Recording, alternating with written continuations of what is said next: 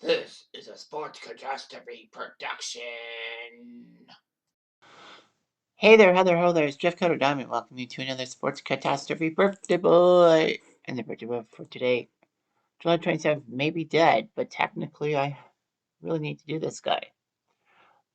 He's an icon of icons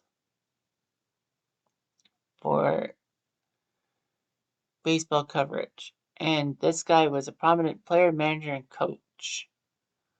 He actually played in the majors and was fifth all-time among managers when he retired. But he's 12. He's controversial and outspoken. His half-century in baseball were dogged with clashes with authority, baseball commissioners, press, and umpires. So he was basically a player's manager, if you will. He won 3 NL pennants and a World Championship. He is Leo the Lip Durocher, who was born July 27, 1905 in West Springfield, Massachusetts, the youngest of 4 sons born to French-Canadian parents. So he had Canadian heritage. His mother was a maid and his father was a railroad engineer. So, anyway, Durocher began attending elementary school without knowing how to speak English because he was always speaking French. The funny thing was that Durocher lived 2 blocks from Rabbit Merivale, who was a legend of baseball in the 1890s, who taught Durocher the game of baseball and gave him a glove. He was offered a scholarship to Holy Cross, but after he hit a teacher, he never returned. He became a semi-professional athlete.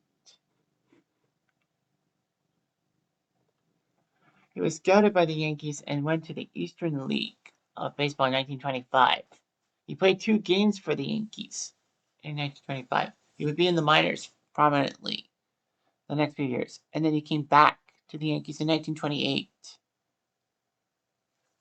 And he was actually a favorite of Miller Huggins, who was the Yankee manager, because he could be a good manager candidate due to his competitiveness, passion, ego, and facility for remembering situations. He was really outspoken, but the Yankee ownership did not like him and all that. And would always pass back checks to finance his expensive taste in clothes and nightlife. Durocher helped the team win the World Series in 1928 and then wanted a raise. Declined. In 1930, he was sold to the Reds. He played a few years for them and then was traded to the Cardinals in the middle of 1933. He was assigned number 2, a uniform number he would care for as a player, coach, and manager. He was part of the Gas House Gang in St. Louis, known for wacky characters and wacky baseball players who were good and all that. In St. Louis, his characteristics as a fiery player and bench jockey, basically a guy who would sit on the bench and give what for to the other team, would give him full reign. He helped the Cardinals win the 1934 World Series and stayed with St. Louis until the 37 when he was given a chance to play for Brooklyn. He was a solid fielder but a poor hitter. In 5,300 career at-bats, he hit 24 home runs and 567 RBIs. He got to play for the All-Star team 3 times and all that. So anyway, after Durocher's first year as shortstop for the Brooklyn Dodgers in 1938, he was given the chance to be player-manager by Dodgers management. Larry McPhail, who was the GM, would spare no expense purchasing and trading for useful players such as Duff Camilli, Billy Herman, and Kirby Higby. He would also shrewdly get Pee Wee Reese from the Red Sox. By the middle of the 1940 season, Reese was such a good shortstop that Durocher actually gave up his spot as regular shortstop so that Reese could play. I mentioned this in the Pee Wee Reese video I did 4 days ago. Regardless of that, Brooklyn was huge. Pete Reiser was purchased from the farm system, and Dixie Walker too. So anyway, his fiery temper and willingness to scrap epitomized the position he was famous for. He was huge. His philosophy was best expressed in the phrase, nice guys finish last. However, the actual phrase was nice guys, and then comma, finish last, was a pair of clause fragments describing a team. He called Mel Ott a nice guy, and he finished second. Now look at Eddie Stanky. He can't hit, can't run, can't field. He's no nice guy, but he can win. Durocher would want his pitchers to hit batters, which is weird, and all that. Anyway, the Dodgers were coming off another losing season by 1939, but Durocher made them turn the ship around. In its third season as manager in 1941, they won 100 games and the NL pennant, the first time in 21 years the Dodgers were going to the World Series. Unfortunately for the Dodgers, they fell to the Yankees in 5. It could have been better for them if it wasn't for the pass ball by Mickey Owen in Game 4 of the 41 World Series. They put up 104 wins in 1942, which should have won them another pennant. But somehow, in some way, they lost to the 106 win St. Louis Cardinals. Unfortunately, there was a bad relationship between MacPhail and Durocher. MacPhail was a notorious drinker and was as hot-tempered as Durocher. He would often fire Durocher in the midst of a night of drinking, but then would always hire him back. MacPhail would leave the Dodgers to rejoin the U.S. Army. French Rickey became the Dodgers' boss and would continue to have Durocher around.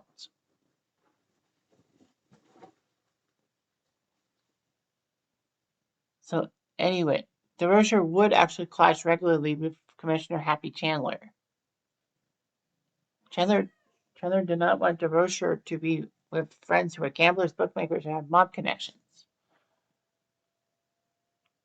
So anyway, it was weird and all that. Durocher would participate in card stuff within the clubhouse and would follow horse racing closely. Matters came to a head when Durocher's affair with married actress Lorraine Dave was public knowledge, and Brooklyn's organizations were upset at all that. It didn't help that the two would elope and marry in Texas by 1947.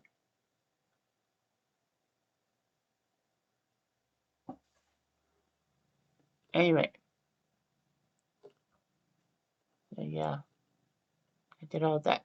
Unfortunately, Durocher would miss the 1947 season because of bad blood. Anyway, he had an unpleasant affair with Larry MacPhail, who was back in baseball and would be a co-owner of the Yankees. The Yankees boss would actually hire 2 of Durocher's coaches, causing friction. Anyway, there were a lot of accusations and all that.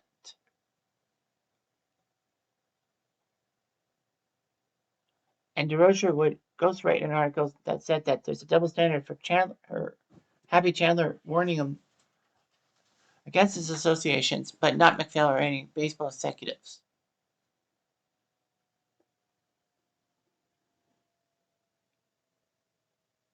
So, anyway, Durocher was suspended for the 47 season for association with known gamblers.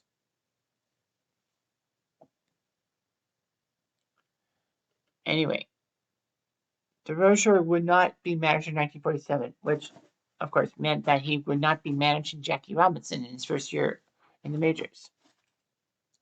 Bert Sheridan, a scout, would be made skipper, and somehow they went to the World Series and lost Game 7 to the Yankees. Of all teams, of course, because of MacPhail. Durocher returned for the 1948 season.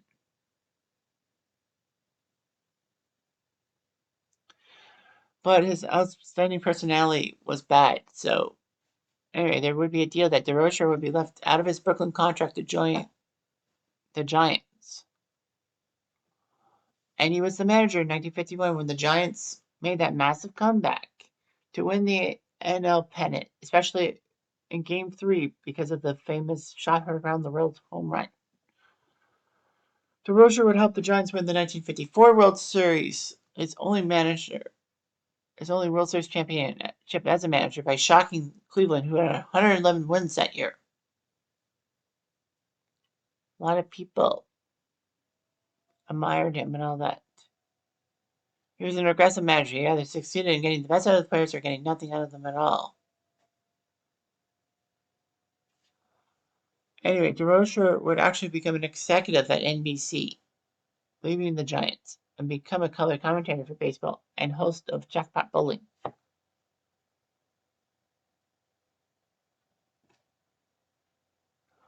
So anyway, he would become a coach for the Dodgers from 61 to 64. He actually was in the Beverly Hillbillies in 1963 when he finds out that Jeffro is a good baseball player and wants to sign him to a contract. He was in Mr. Ed when that talking horse was with the Dodgers. And even in the movie The Monster, episode called The Monsters, when Herman,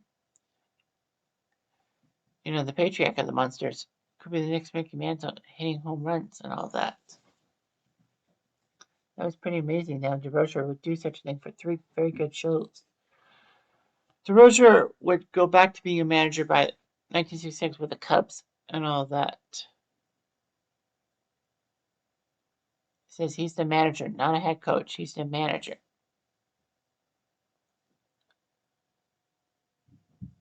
Anyway, the team would steadily improve, and by 1969, the Cubs were in position to win the NL East, but choked and all that.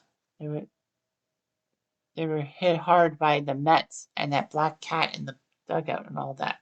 They would lose 25 of their last 40 games and all that.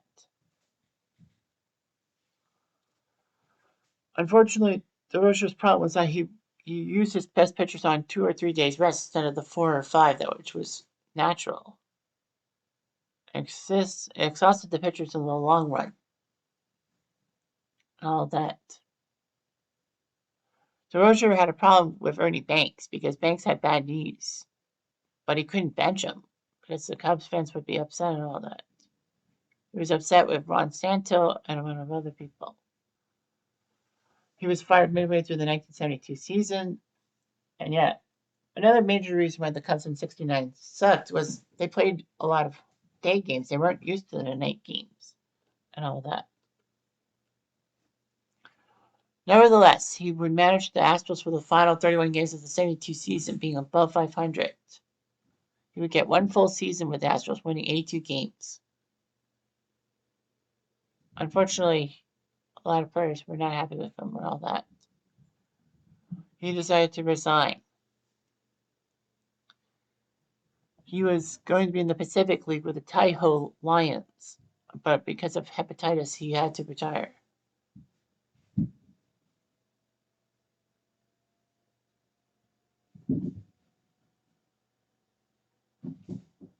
So, anyway, people thought that Durocher's managerial style changed in the 60s and 70s. Instead of making moves regardless of how others felt about them, he began to make what Dark thought was safe decisions and all of that. And said that he was a little more safe in his time. But regardless, he got 2008 wins as a manager. And was the first manager to win 500 games for 3 different clubs. He would die in 1991 in Palm Springs at age 86. Posthumously inducted to the Hall of Fame in 1994 wearing a Brooklyn cap. And it was just huge. What he could do. That for Brooklyn, the Giants, and the Cubs. Oh, he used to do, but still.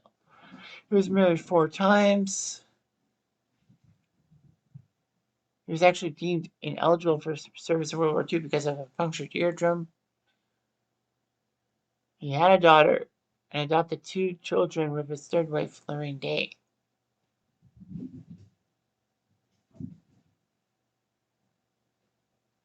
Anyway, Durocher was on the Monsters at Mr. Ed and Beverly Hillbillies. That was pretty good and all that. Nice Guys finished last, but Nice Guys finished strong in this birthday video. Anyway, I'm Jeff Diamond. I do.